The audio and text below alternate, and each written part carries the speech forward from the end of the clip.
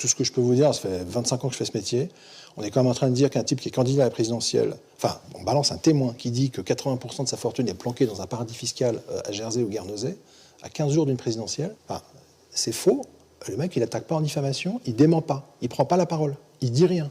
Moi, je trouve ça extrêmement suspect.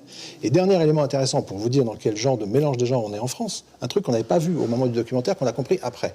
Qui est le patron de Bercy entre 2005 et 2007, au moment où les banques d'affaires, Lazare et Rothschild, Lazare c'est certain en 2005, et Rothschild, d'après notre source, dans la foulée, ont été négociés avec l'administration des finances des arrangements fiscaux pour leurs associés gérants. Qui est le ministre de Bercy?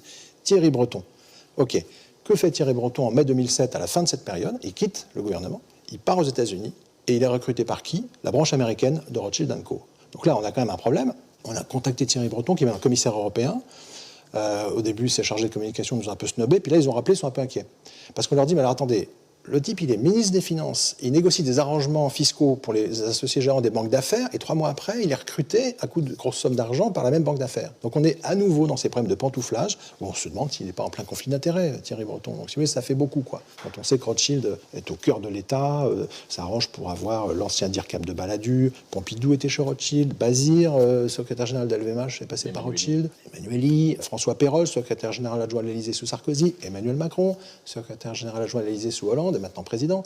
Donc cette banque a quand même beaucoup de gens au cœur de l'État, et manifestement, l'État est très peu regardant avec la fiscalité des associés gérants de cette banque.